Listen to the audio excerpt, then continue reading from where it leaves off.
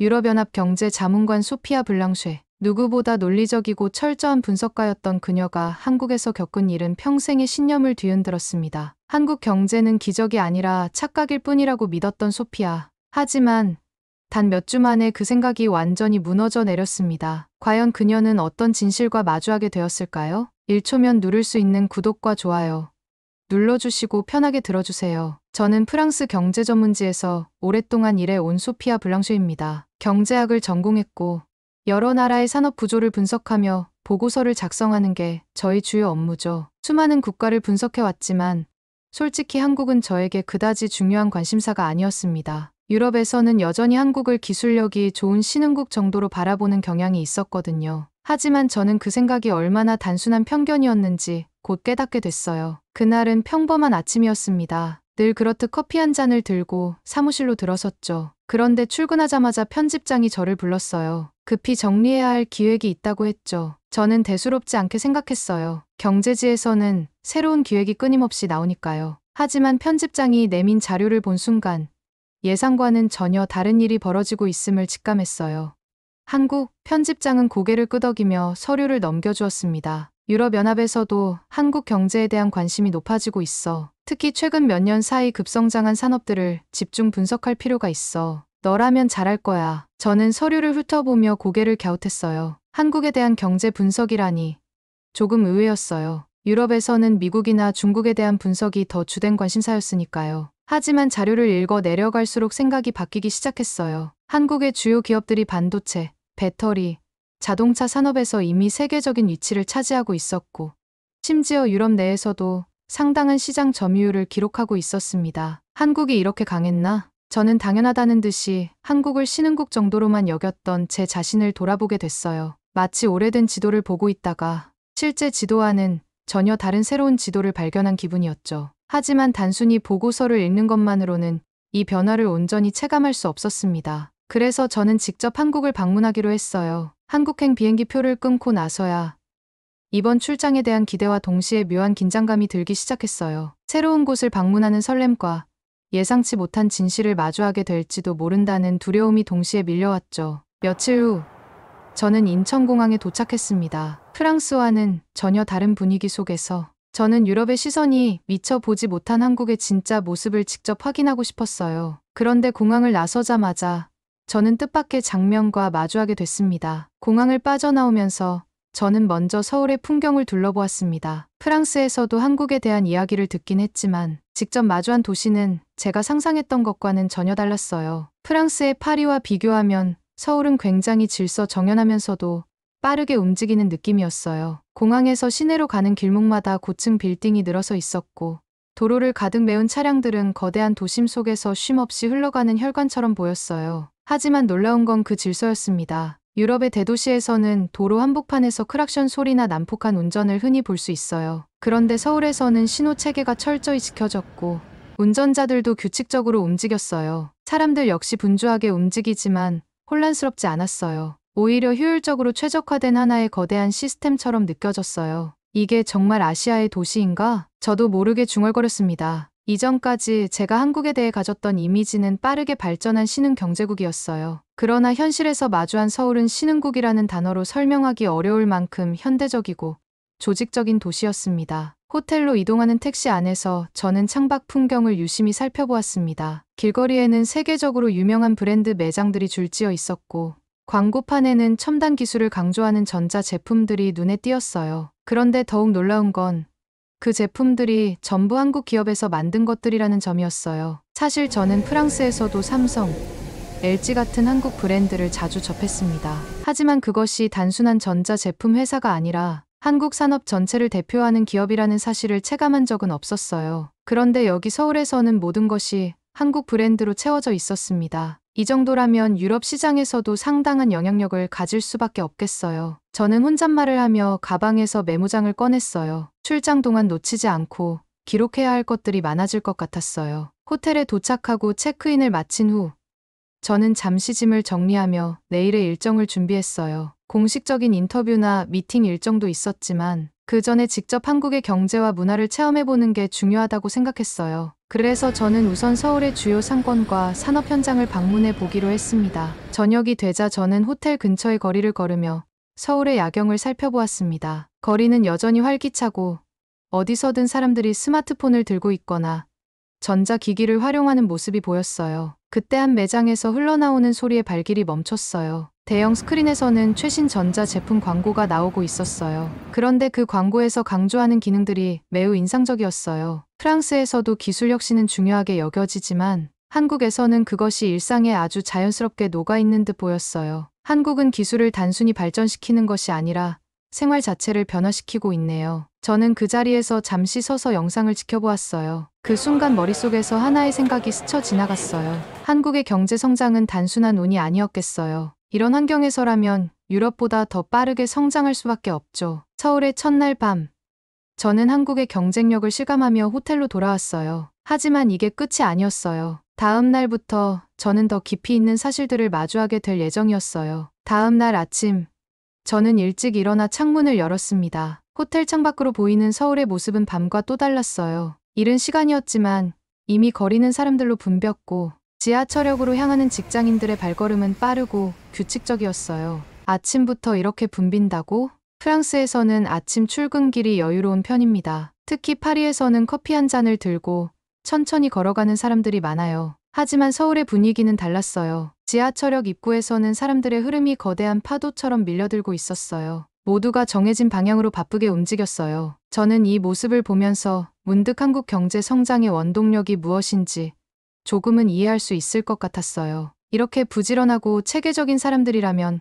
경제 발전이 빠를 수밖에 없죠. 저는 오전 일정으로 서울에 위치한 대기업 본사를 방문하기로 했어요. 한국 경제를 이해하려면 직접 기업의 경영 방식을 살펴보는 것이 중요했어요. 건물에 도착하자마자 저는 놀랄 수밖에 없었습니다. 프랑스에서도 글로벌 기업들의 본사를 방문해 본 적은 많았지만 이렇게 현대적이고 웅장한 건물은 드물었어요. 로비에 들어서자 직원들은 바쁘게 움직이고 있었고 곳곳에는 디지털 스크린이 설치되어 있었습니다. 저는 안내를 받아 회의실로 이동했습니다. 곧이어 담당자가 들어와 인사를 건넸어요. 먼 길 오시느라 고생 많으셨습니다. 프랑스에서 오셨다고 들었어요. 저는 미소를 지으며 가볍게 인사를 나눴어요. 그리고 본격적으로 대화를 시작했습니다. 한국의 대기업들이 빠르게 성장한 배경이 무엇이라고 생각하시나요? 제 질문에 담당자는 잠시 생각하더니 차분하게 대답했어요. 여러 요인이 있지만 가장 중요한 건 끊임없는 혁신과 정부의 지원입니다. 우리는 단순히 제품을 생산하는 것이 아니라 세계 시장을 선도하는 기술을 개발하려고 합니다. 그리고 정부 차원에서도 기업과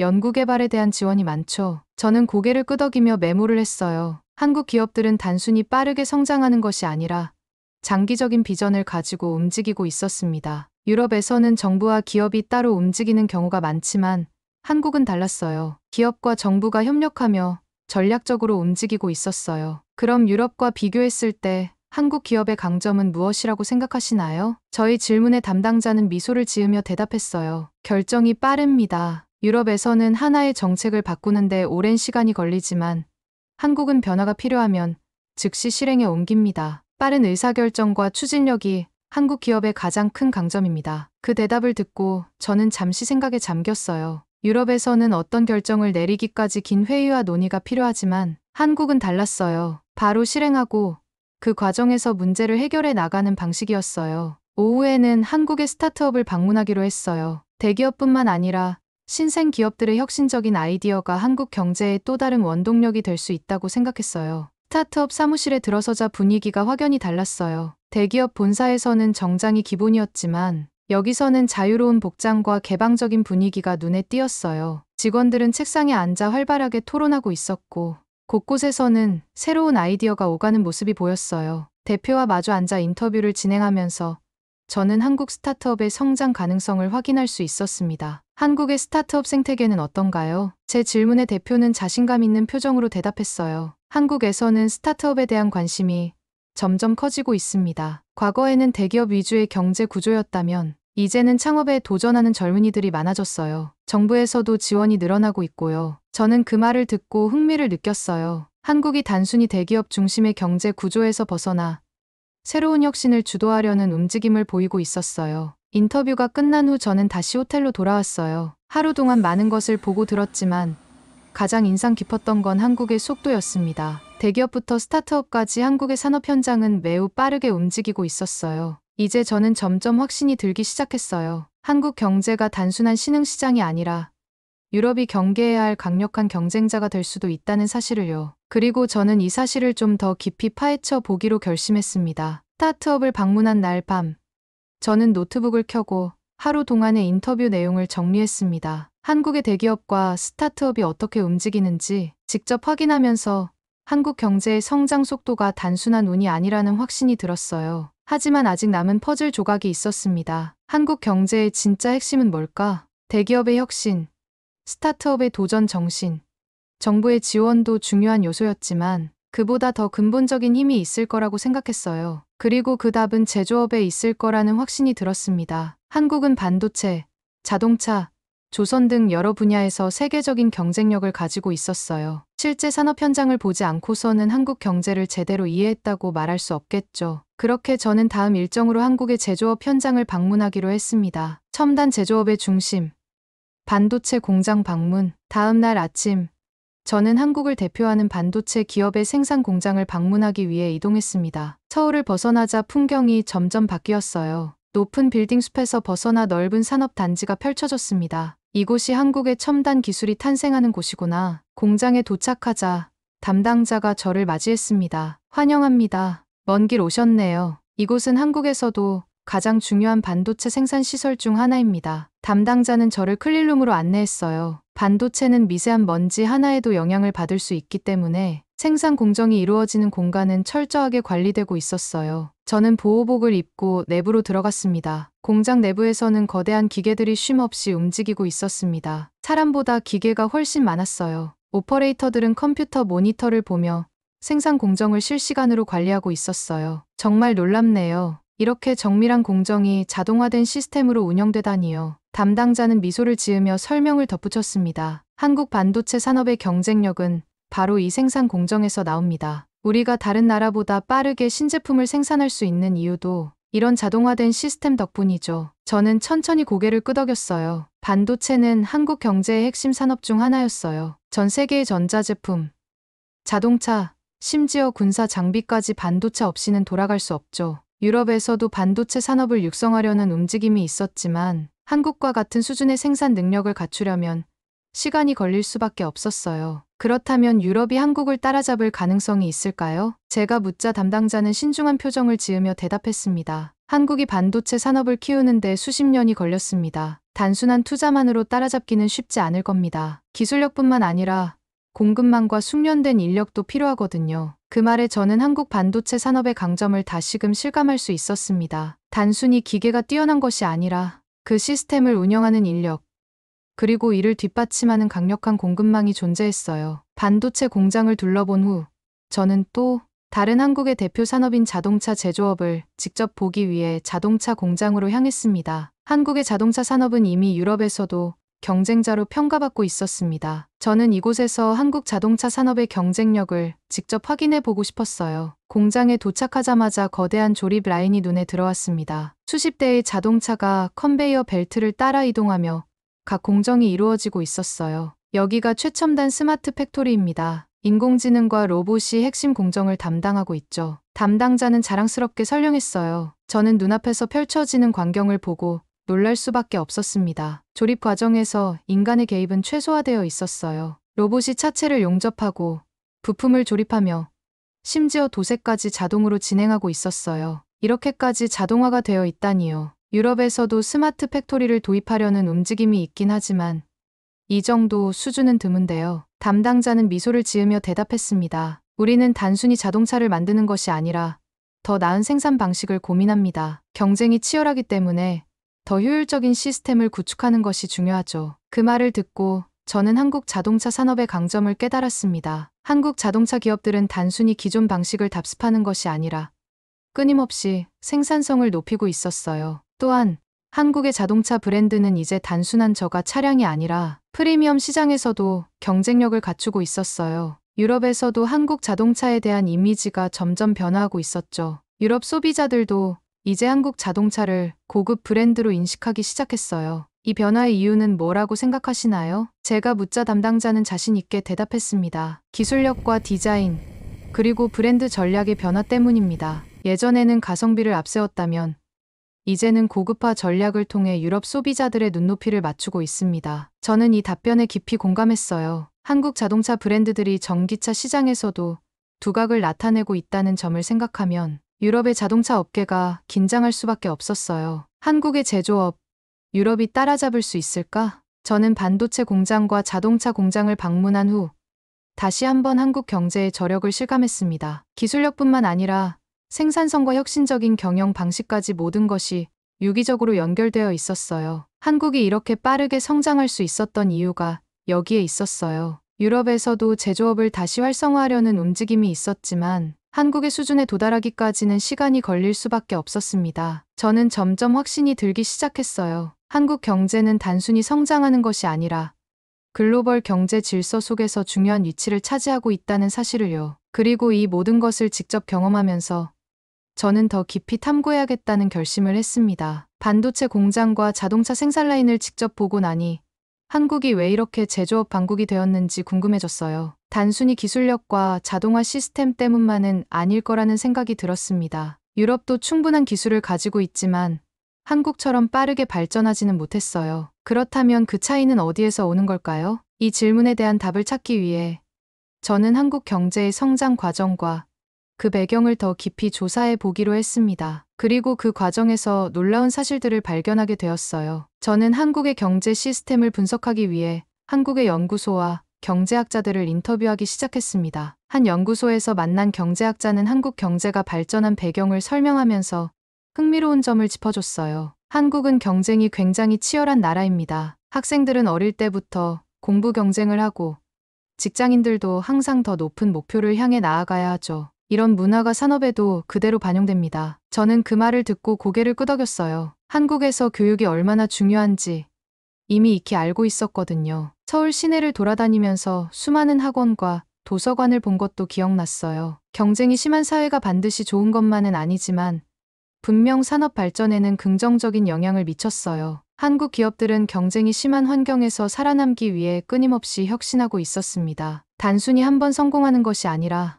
계속해서 발전해야만 생존할 수 있는 시장 구조였어요. 이런 환경이 한국의 반도체, 자동차, 조선 산업을 세계적인 수준으로 끌어올리는 데 큰 역할을 했다는 것을 깨닫게 되었어요. 한국 경제의 또 다른 특징은 대기업과 협력업체 간의 긴밀한 관계였어요. 유럽에서도 대기업과 중소기업이 협력하는 경우가 있지만 한국처럼 유기적으로 연결된 경우는 드물어요. 한국의 대기업들은 단순히 부품을 공급받는 것이 아니라 협력업체들과 함께 기술을 개발하고 심지어 연구개발 비용까지 지원하는 경우도 있었습니다. 이를 직접 확인하기 위해 저는 한 자동차 부품 회사를 방문했어요. 이 회사는 한국의 대표적인 자동차 브랜드의 부품을 공급하는 업체였어요. 공장 내부에서는 직원들이 분주히 움직이며 정밀한 부품을 생산하고 있었습니다. 담당자는 저에게 이렇게 설명했어요.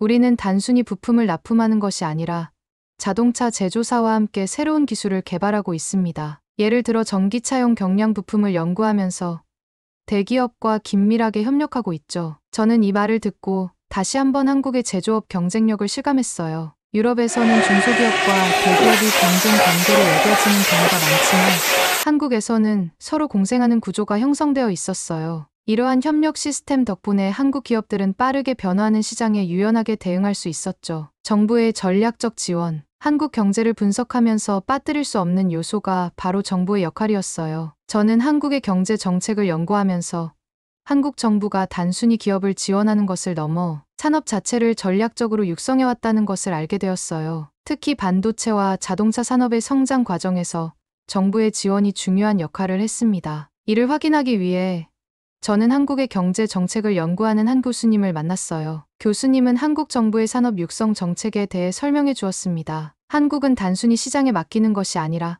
정부가 적극적으로 개입해서 특정 산업을 전략적으로 육성하는 방식을 택했습니다. 특히 반도체, 자동차, 조선 같은 핵심 산업은 정부의 지원 덕분에 빠르게 성장할 수 있었어요. 저는 교수님의 설명을 들으면서 유럽과의 차이를 실감할 수 있었어요. 유럽에서는 자유시장 원칙을 중요하게 생각하는 경향이 강해서 정부가 직접 개입하는 경우가 많지 않아요. 반면 한국은 초기부터 정부가 기업과 협력하면서 산업을 육성했고 그 결과 세계적인 경쟁력을 갖출 수 있었던 것이었죠.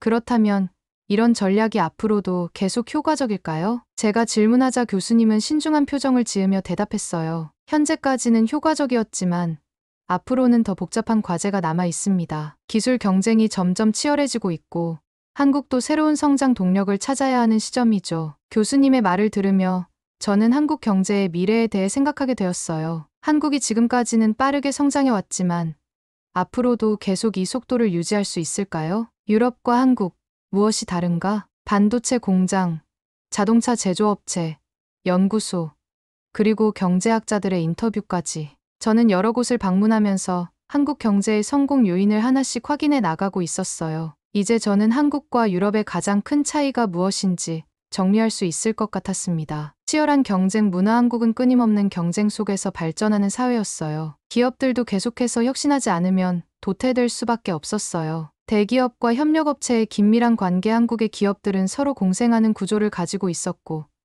이를 통해 빠르게 변화하는 시장에 대응할 수 있었어요. 정부의 적극적인 산업 육성 정책. 단순히 기업을 지원하는 것이 아니라 정부가 직접 나서서 산업을 육성하는 전략을 펼쳐왔어요. 유럽에서는 이런 요소들이 한국처럼 강하게 작용하지 않았어요. 경쟁이 치열하지 않으면 혁신의 속도도 느려질 수밖에 없고 기업 간 협력이 부족하면 변화에 대한 대응도 늦어지죠. 이런 차이점들을 정리하면서 저는 한국이 단순한 신흥 경제국이 아니라는 것을 더욱 확신하게 되었습니다. 이제 다음 단계는 한국의 새로운 산업들을 분석하는 것이었어요. 한국은 이미 반도체, 자동차, 조선 산업에서 세계적인 강자로 자리 잡았어요. 그렇다면 미래에는 어떤 산업이 한국 경제를 이끌어갈까요? 이 질문에 답을 찾기 위해 저는 또 다른 탐색을 시작하기로 결심했습니다. 챕터 6.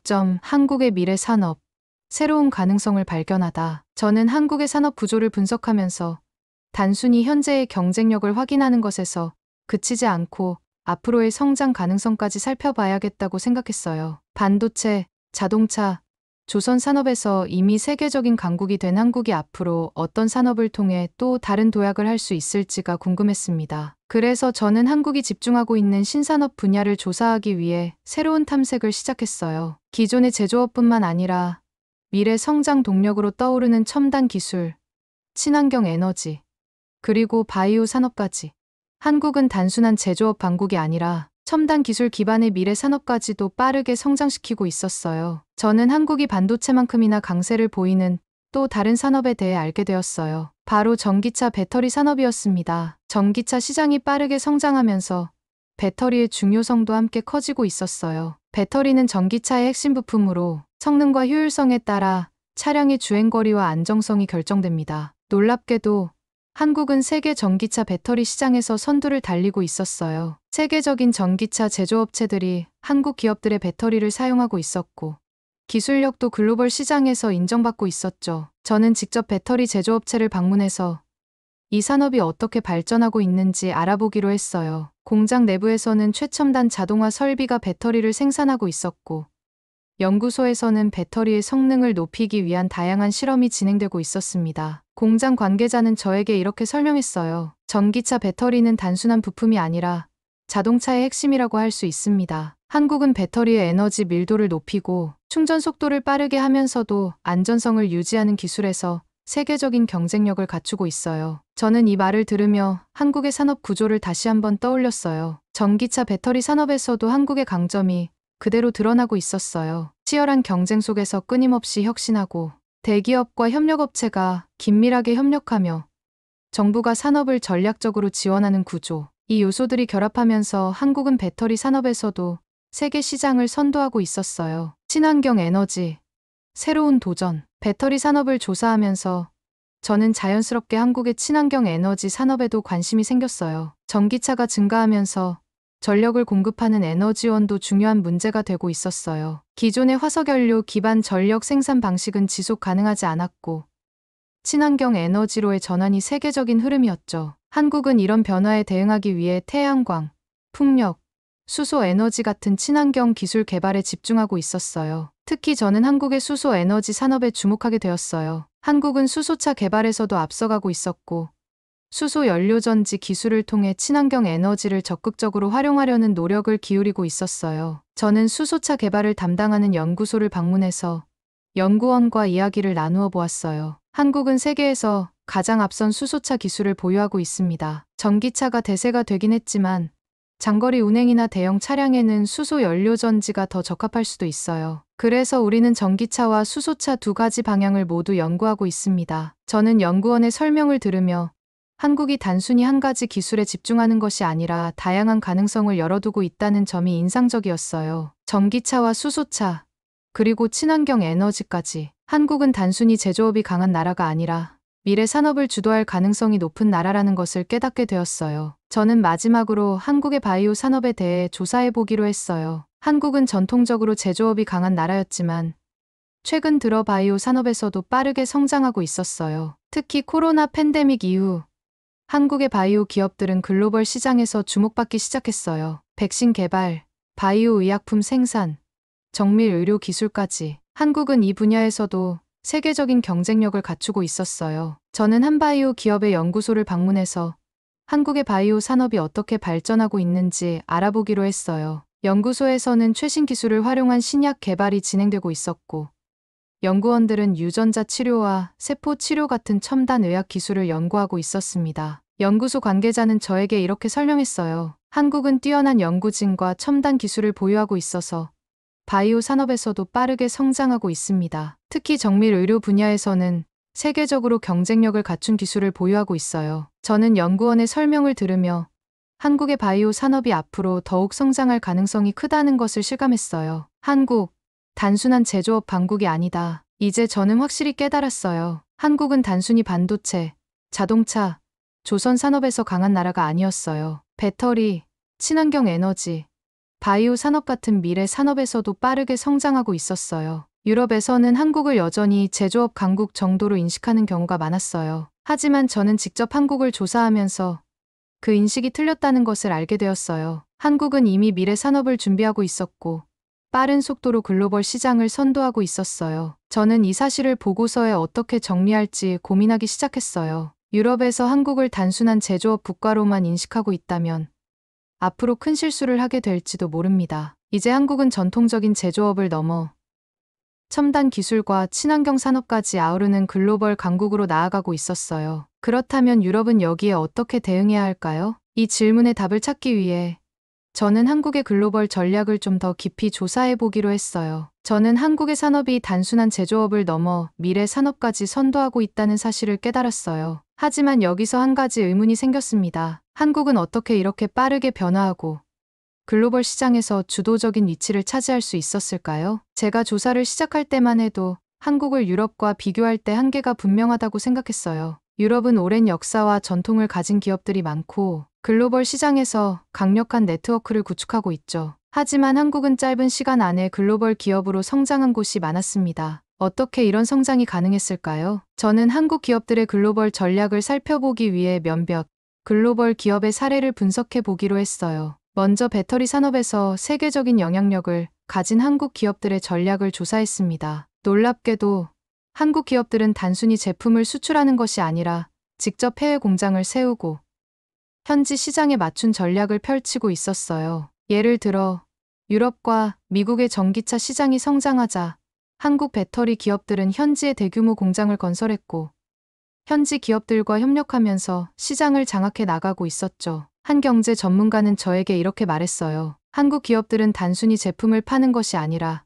글로벌 시장을 장악하는 전략을 펼치고 있습니다. 직접 생산 기지를 세우고 현지 기업과 협업하면서 시장을 선점하는 방식이죠. 이런 전략 덕분에 유럽과 미국에서도 한국 기업들의 영향력이 계속 커지고 있어요. 저는 이 설명을 듣고 나서야 한국 기업들의 전략이 단순한 가격 경쟁이 아니라는 점을 깨달았어요. 한국 기업들은 빠른 의사결정과 과감한 투자를 통해 글로벌 시장을 공략하고 있었어요. 기업들이 이렇게 공격적인 전략을 펼칠 수 있었던 이유 중 하나는 한국 정부의 정책적인 지원도 중요한 역할을 했어요. 저는 한국의 산업 정책을 분석하면서 정부가 단순히 기업들을 지원하는 수준이 아니라 미래 산업을 국가 차원에서 전략적으로 육성하고 있다는 점을 알게 되었어요. 특히 반도체, 배터리, 바이오 같은 미래 산업에서는 정부가 대규모 투자를 통해 연구 개발을 지원하고 기업들이 글로벌 시장에서 경쟁력을 갖출 수 있도록 적극적으로 돕고 있었어요. 저는 한국의 한 경제정책연구소를 방문해서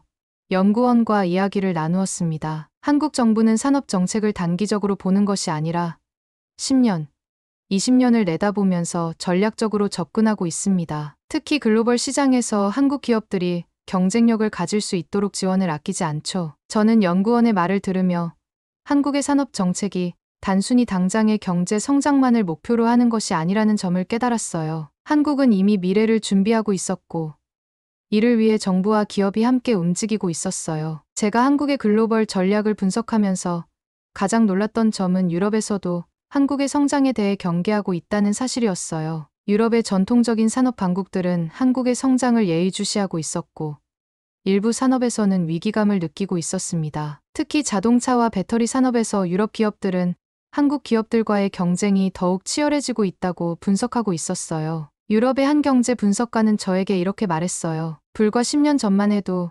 유럽에서는 한국을 중요한 경쟁자로 보지 않았습니다. 하지만 지금은 다릅니다. 한국 기업들은 빠르게 성장하고 있고 일부 산업에서는 유럽 기업들을 앞서고 있어요. 유럽도 이제 한국을 더 이상 무시할 수 없는 상황이 됐죠. 저는 이 말을 들으면서 한국의 글로벌 전략이 단순한 성공 사례가 아니라 유럽에도 큰 영향을 미치고 있다는 사실을 실감했어요. 유럽은 전통적인 강점을 가지고 있는 산업에서는 여전히 우위를 점하고 있지만 일부 미래 산업에서는 한국이 더 빠르게 앞서 나가고 있었습니다. 한국의 다음 목표는 어디일까? 저는 한국이 현재의 성공에 안주하지 않고 또 다른 미래를 준비하고 있다는 점에 주목하게 되었어요. 한국은 이제 반도체, 배터리, 바이오 같은 산업을 넘어서 인공지능, 우주산업, 로봇 기술 같은 새로운 분야에서도 빠르게 성장하고 있었어요. 저는 한 기술 연구소를 방문해서 한국이 어떤 미래 기술에 집중하고 있는지 조사해 보았어요. 연구소에서는 인공지능을 활용한 첨단 제조 기술,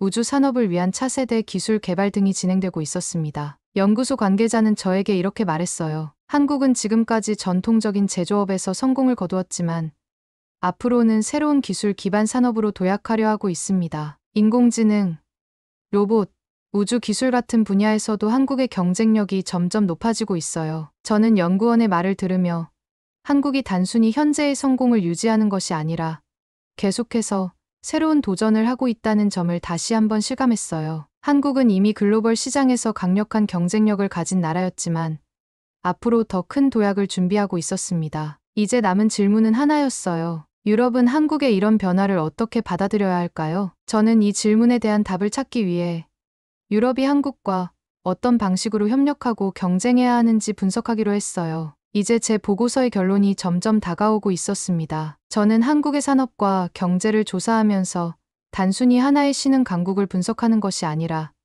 유럽의 미래를 고민하게 되었습니다. 한국은 과거 아시아의 작은 나라로만 인식되던 시기를 지나 이제는 유럽이 반드시 고려해야 하는 강력한 경쟁자가 되었어요. 그리고 무엇보다 중요한 점은 한국이 단순한 경제 강국을 넘어 세계 경제의 흐름을 바꾸고 있다는 사실이었습니다. 한국이 빠르게 성장하고 있다는 사실은 유럽에서도 이미 잘 알고 있었습니다. 하지만 지금까지 유럽은 한국을 파트너로 보면서도 한편으로는 위협적이지 않은 경쟁자라고 생각했어요. 그러나 이제는 상황이 달라졌습니다. 한국의 기술력은 유럽의 주요 산업을 위협할 수준으로 성장했고 유럽 기업들은 점점 한국을 경계하기 시작했어요. 저는 유럽의 경제 전문가들과 만난 자리에서 이런 질문을 던졌습니다. 유럽은 한국을 어떻게 바라봐야 할까요? 그들의 대답은 생각보다 심각했어요. 우리는 한국이 단순한 아시아의 작은 나라가 아니라 이미 세계 경제를 주도하는 핵심 국가라는 점을 인정해야 합니다. 특히 배터리, 반도체, 자동차 산업에서 한국의 영향력은 유럽을 위협할 정도입니다. 저는 이 말을 들으면서 한국이 이미 위협적인 경쟁자가 되었다는 사실을 확실히 깨달았어요. 한 유럽 경제 전문가는 제게 솔직한 심정을 털어놓았습니다. 우리는 지금까지 한국을 무시했습니다. 일본처럼 강력한 경제력을 가졌다고 생각하지도 않았고 중국처럼 규모의 경제를 앞세운다고 생각하지도 않았죠. 하지만 이제 한국은 독자적인 기술력과 글로벌 전략을 바탕으로 세계 경제를 주도하고 있습니다. 유럽은 더 이상 한국을 가볍게 볼 수 없습니다. 그의 말 속에는 위기의식이 담겨 있었습니다. 한국의 경제 전략, 유럽이 배워야 할 점. 저는 유럽이 한국을 단순한 경쟁자로만 볼 것이 아니라 배우고 참고해야 할 부분도 많다고 생각했어요. 한국의 산업 전략에서 가장 인상적인 점은 빠른 의사 결정과 과감한 투자였습니다. 유럽은 규제와 절차가 많아 새로운 산업에 대한 투자 결정이 느리고 변화에 적응하는 속도가 늦습니다. 하지만 한국은 과감한 투자와 빠른 정책 결정을 통해 산업을 성장시켜 왔어요. 한 유럽 기업의 임원은 저에게 이렇게 말했습니다. 우리는 한국이 어떻게 이렇게 빠르게 성장할 수 있었는지 이해하려고 노력하고 있습니다. 한국 기업들은 과감한 투자 결정을 내리고 실패를 두려워하지 않습니다. 유럽 기업들은 여전히 조심스럽고 변화보다는 안정성을 중요하게 생각하죠. 하지만 이제는 그런 방식으로는 경쟁하기 어렵습니다. 한국은 정부와 기업이 함께 미래를 준비하고 있었어요. 반면 유럽은 아직도 과거의 성공 방식에 의존하며 새로운 시대의 변화를 받아들이는데 느린 모습을 보이고 있었어요. 그렇다면 유럽은 한국과 어떻게 관계를 맺어야 할까요? 저는 한국과 유럽이 경쟁자이면서도 동시에 파트너가 될 수 있다고 생각했어요. 유럽이 가진 강점과 한국이 가진 강점은 다릅니다. 유럽은 여전히 전통적인 제조업과 금융시장에서 강점을 가지고 있고 한국은 신기술과 빠른 혁신에서 앞서가고 있습니다. 한 유럽 경제연구소의 분석가는 저에게 이런 이야기를 해주었어요. 우리는 한국을 경쟁자로만 볼 것이 아니라 협력할 수 있는 파트너로도 봐야 합니다. 한국의 기술력과 유럽의 전통적인 산업이 결합한다면 우리는 새로운 기회를 만들 수 있습니다. 저는 그의 말을 들으며 한국이 이제 단순히 유럽과 경쟁하는 국가가 아니라 세계 경제를 함께 이끌어가는 국가라는 점을 다시 한번 깨달았어요. 마지막으로 저는 한국이 앞으로 어떤 방향으로 나아갈 것인지 고민하게 되었어요. 한국은 이제 반도체, 배터리, 자동차뿐만 아니라 인공지능, 우주산업, 로봇 기술 같은 미래 산업에서도 빠르게 성장하고 있습니다. 저는 유럽이 한국을 단순한 경쟁자가 아니라 미래를 함께 만들어가는 중요한 파트너로 인식해야 한다고 생각했어요. 유럽의 한 경제 전문가는 저에게 마지막으로 이런 말을 해주었습니다. 한국은 과거 유럽이 상상하지 못했던 방식으로 성장했습니다. 그리고 앞으로도 계속 성장할 것입니다. 유럽은 이제 한국을 더 이상 과소평가해서는 안 됩니다. 저는 그 말을 들으며 한국이 이제 세계 경제의 흐름을 바꾸고 있다는 사실을 다시 한번 실감했어요. 그리고 저는 이 보고서를 마치며 한 가지 결론을 내렸습니다. 한국은 더 이상 유럽이 무시할 수 있는 나라가 아닙니다. 한국은 이미 세계 경제를 주도하는 강대국이며 유럽은 이제 한국과 경쟁하고 배우고 협력해야 합니다. 이것이 제가 한국을 조사하면서 깨달은 가장 중요한 사실이었습니다. 지금까지 갬동 스토리였습니다. 읽어주셔서 감사합니다.